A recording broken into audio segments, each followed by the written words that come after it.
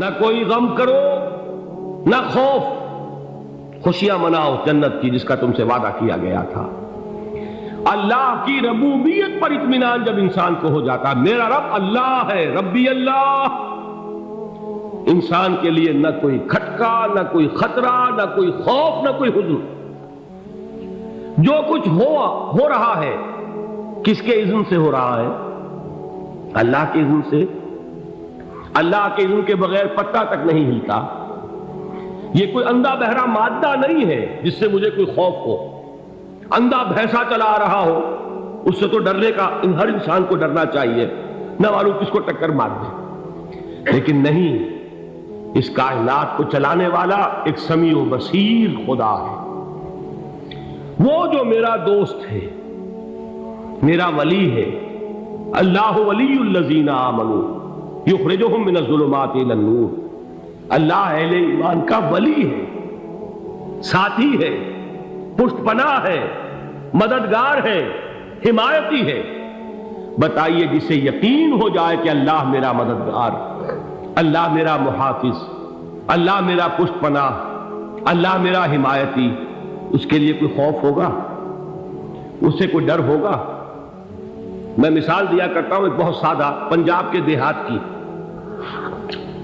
تو بڑا چودھری ہے اور کوئی غریب کسان ہے۔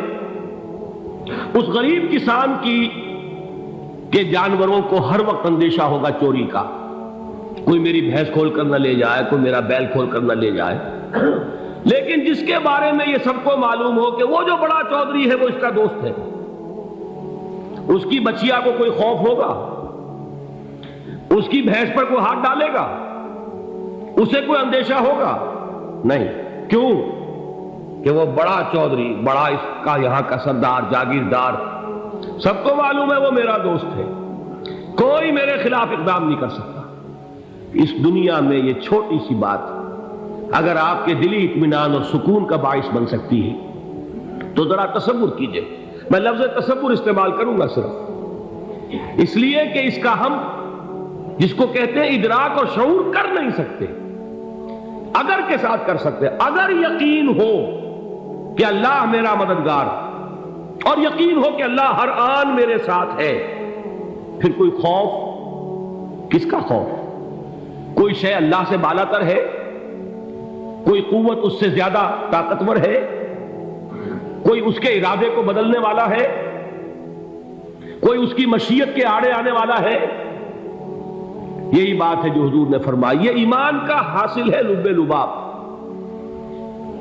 کہ دیکھو اچھی طرح اس بات کو ذہن نشین کر لو، اگر تمام انسان مل کر تمہیں کوئی نقصان پہنچانا چاہے نہیں پہنچا سکتے، مگر جو کچھ اللہ نے لکھ دیا ہو، اور تمام انسان مل کر تمہیں کوئی نفع پہنچانا چاہے نہیں پہنچا سکتے، مگر وہ شے جو اللہ نے طے کر دی۔ آپ پھر میں کہوں گا ذرا طاری کیجئے، اسے فرض کیجئے، اسے سوچئے۔ اگر اس حدیث پر ہمارا دل ٹھکا ہوا ہو تو کسی سے ڈر ہوگا؟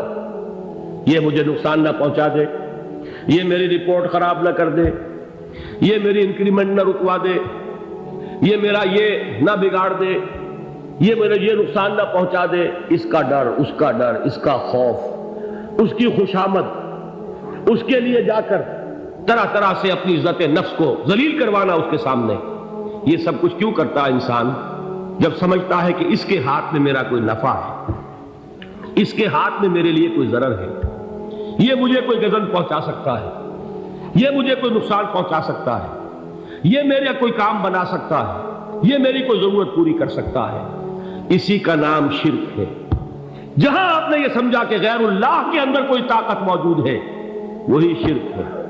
بتوں سے تجھ کو امیدیں، خدا سے نو امیدی، مجھے بتا تو صحیح اور کافری کیا ہے؟ شرک تو یہ ہے۔ جس پر بھی تمہیں یہ خیال ہے، کلمہ ہے یہ کلمہ سوم، لا حول ولا قوت الا باللہ، ذرا اس پر دل کو کبھی اگر آپ تصور کریں، پھر فرض کریں، دل ٹھک جائے اس پر، کوئی طاقت نہیں۔ یہی بات تھی جو شیخ عبد القادر جیلانی رحمۃ اللہ علیہ نے اپنی وصیت میں اپنے بچے سے کہی۔ 11ویں دینے والے ہیں، لیکن حضرت شیخ عبد القادر جیلانی کی وصیت اور تعلیمات کو کتنے لوگ ہیں تم جانتے ہو؟ یہ جن مقامات تک پہنچے ہیں وہ کس چیز کی بدولت پہنچے؟ انہوں نے جو پیغام دیا وہ کیا تھا؟ اے میرے بچے، جس طریقے سے قرآن مجید میں حضرت لقمان کی نصیحتیں جو ہے نقل کر دی گئی ہیں، میں یہ عرض کروں گا بالفرض اگر قرآن حضرت عبد القادر جیلانی کے بعد نازل ہوا ہوتا تو شیخ عبد القادر کی یہ نصیحتیں بھی قرآن میں درج ہوتی۔ اتنی اونچی نصیحتیں ہیں۔ اے میرے بچے، اس حقیقت کو ذہن نشین کر لے، لا فاعل فی الحقیقت ولا مؤثر الا اللہ۔ اس کائنات میں نہ کوئی فاعل حقیقی ہے نہ مؤثر حقیقی ہے سوائے اللہ۔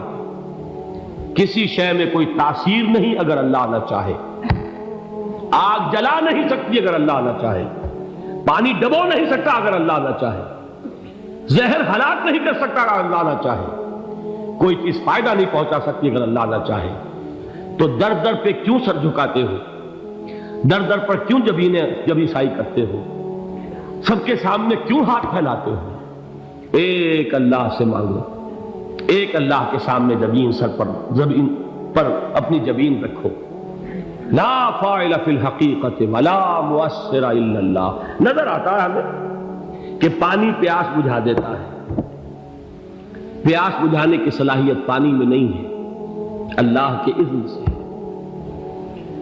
کھانا بھوک مٹا دیتا ہے، بھوک مٹانے کی صلاحیت کھانے میں نہیں ہے، اذن رب میں۔ دیکھیے یہی یقین تھا حضرت موسیٰ علیہ السلام کا واقعہ یاد کیجئے۔ سامنے سمندر آ گیا ہے، قوم دیکھتی ہے پیچھے کہ گرد و غبار کا طوفان،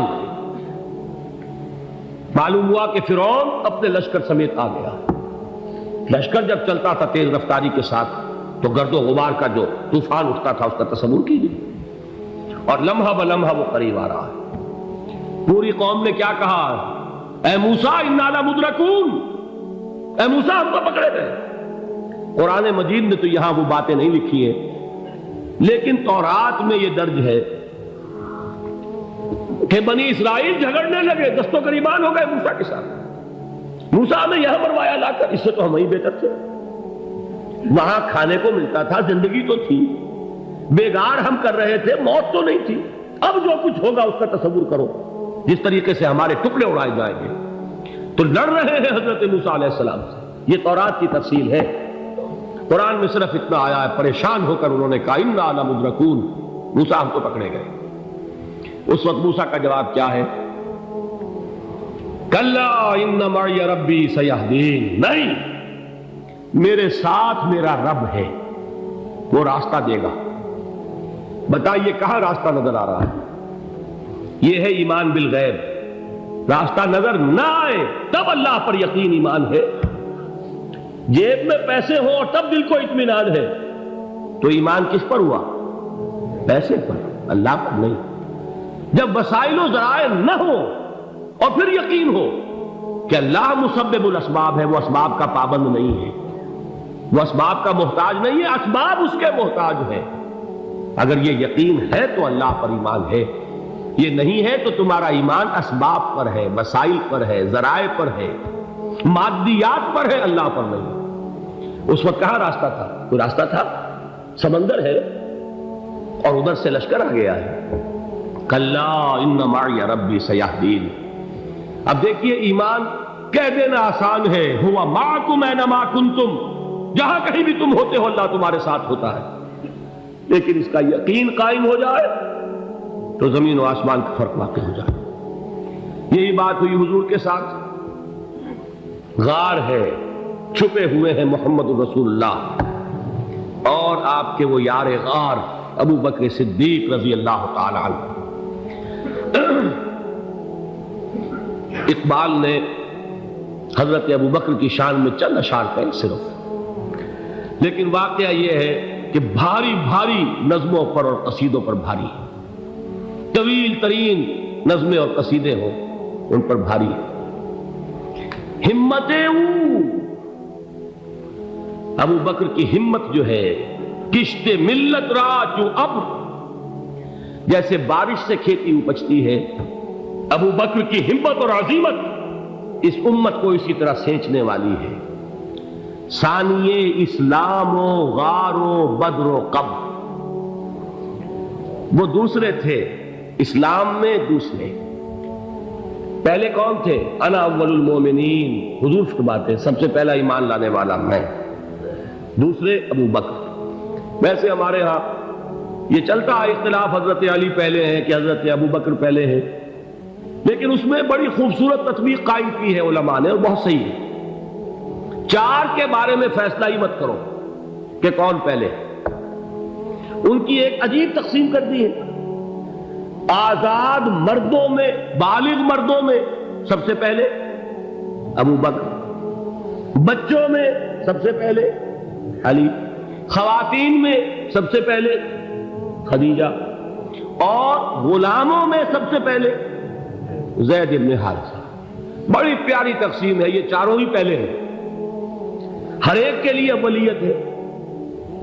اور واقعہ یہ ہے کہ اگر زمانی اعتبار سے تعین ہوگا تو پہلے خدیجۃ الکبریٰ آئیں گی رضی اللہ تعالی عنہ، کسی اور سے بات کرنے کی نوبت بعد میں آ سکتی ہے، پہلے تو اہلیہ محترمہ سے بات ہوئی، آتے ہی پہلی وحی ہوئی ہے، ابھی تبلیغ کا حکم نہیں تھا، کس کو بتایا واقعہ؟ ابھی اپنی نبوت کی تبلیغ کا تو حکم ہی نہیں آیا، واقعہ کس کا ہے؟ وہ خدیجہ کا ہے۔ جب کہا ہے کہ خشیت علی نفسی، مجھے اپنی جان کا اندیشہ ہے، تو کیا جواب دیا خدیجہ نے رضی اللہ تعالی عنہا؟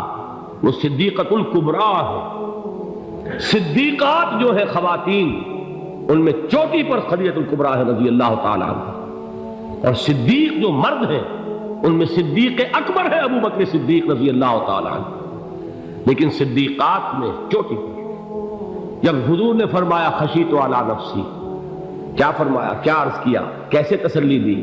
نہیں نہیں، اللہ آپ کو ضائع نہیں کرے گا، آپ غریبوں کے ہمدرد ہیں، آپ مساکین کے تکالیف رفع کرنے والے ہیں، آپ بیواؤں کی سرپرستی کرتے ہیں، آپ مسافروں کی خدمت کرتے ہیں، اللہ آپ کو ضائع نہیں کرے گا۔ یہ یقین ہے اس خاتون کے اندر۔ خیر وہ ایک علیحدہ بات ہو جائے گی۔ میرے دل پر حضرت خدیجہ رضی اللہ تعالیٰ عنہ کی شخصیت کا بڑا گہرا نقش ہے، جو وہ کوئی اور ہی وقت اور موقع ہوا تو بیان ہوگا۔ بہرحال اقبال نے ایک مصرے میں جو چار اولیتیں جمع کر دی ہیں، ہمتیں او کشت امت را چو ابر، ثانی اسلام و غار و بدر و قبر۔ اسلام میں حضور کے بعد پہلے کون؟ ابو بکر۔ غار میں حضور کے ساتھ کون؟ ابو بکر۔ بدر کی رات اللہ کا رسول سربسجود، وہ جھاڑ، وہ گھاس پھوس کی جو جھوپڑی بنائی گئی تھی، اور وہاں تلوار ننگی لے کر پہرا دینے والا کون؟ ابو بکر۔ اور اس حجرہ عائشہ میں محمد کے بعد سب سے پہلے دفن ہونے والا کون؟ ابو بکر رضی اللہ تعالی عنہ وصلی اللہ علیہ وسلم۔ وہ جو معاملہ میں سنا رہا تھا غار ثور کا، حضرت ابو بکر بھی حضور کے خیال سے لرز گئے ہیں۔ آپ کو یاد ہوگا کہ جا کر پہلے تمام جتنے سوراخ تھے انہیں بند کیا ہے، ایک سوراخ رہ گیا تھا جس کو بند کرنے کے لیے کوئی کپڑا نہیں تھا، وہاں اپنی ایڑی رکھی ہے، تب کہا ہے حضور سے تشریف لائیے، اور اپنے زانو پر حضور کو لٹایا ہے، اور وہاں کسی موذی جانور نے کاٹا ہے، حضور کی آنکھ لگ گئی تھی، اس وقت اس بل کے اندر جو بھی بچھو ہے کیا ہے واللہ عالم، اس نے کاٹا ہے، اس کی تکلیف کی وجہ سے ابو بکر کی آنکھوں سے آنسو ٹپک گئے، حضور کے چہرے مبارک پر پڑے ہیں، تو حضور جاگے ہیں، معاملہ کیا ہے؟ ایڑی نہیں ہٹائی وہاں سے، مبادا وہ جانور وہاں سے نکل کر محمد